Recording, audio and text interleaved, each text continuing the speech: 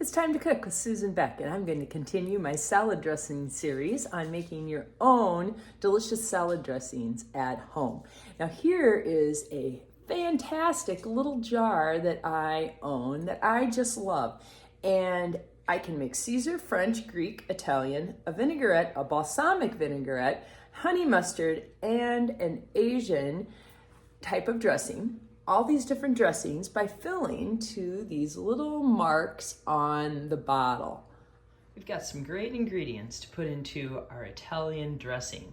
And notice how these are all pure ingredients, no extra additive things that you get in a store-bought salad dressing.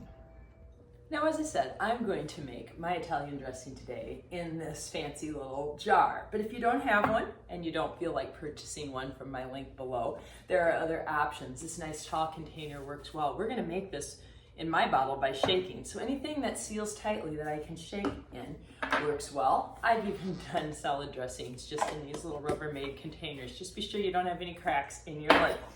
A mason jar works fantastic, something that you would use for canning. And these are all great choices because you can just store the extra in your refrigerator. This dressing should store up for 2 weeks in your fridge and still be fantastic to use. Now, I was going to do the shaking method today, but another option is to do it in a blender. I like these little handheld blenders. They come with nice little caps on the top, and I can store those in the fridge as well. But really, this dressing just needs to be shaken. Because this bottle is also my measuring tool, I am going to start with my spices, which include also a teaspoon of granulated white sugar.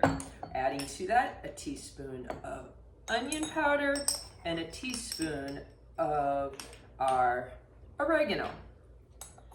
Next comes a half a teaspoon, so I'm going to use this quarter twice, a half a teaspoon of dry ground mustard and of basil.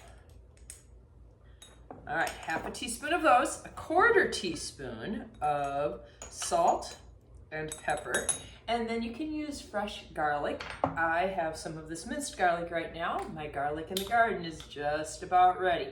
So I'm going to add in a teaspoon of garlic. Use as much as you'd like, but that's what this recipe on the bottle calls for. Now, as I mentioned, we're going to do our measuring by filling to these lines, but I'll give you those measurements so you can make this at home without the bottle.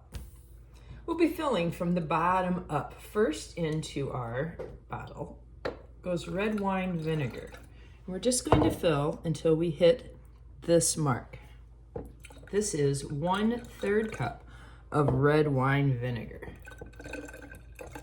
Next, we're going to add the olive oil. Olive oil is the largest ingredient. We're going to add 2/3 of olive oil till we reach that mark.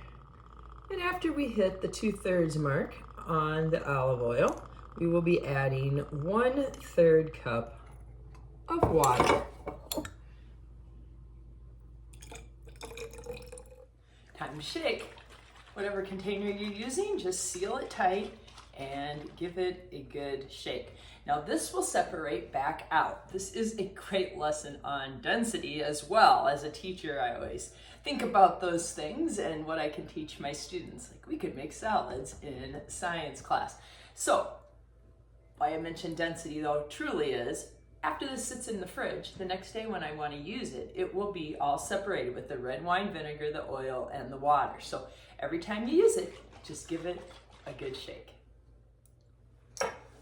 Let's put a little drizzle of that well-shaken dressing on our lettuce here and give that a taste. Now that is a delicious salad. I can taste all those different spices, and it's just a light, refreshing salad. And it's every bit as good as any Italian dressing that you will find in a grocery store. Oh, look, it's already starting to separate out. Time to give it another shake.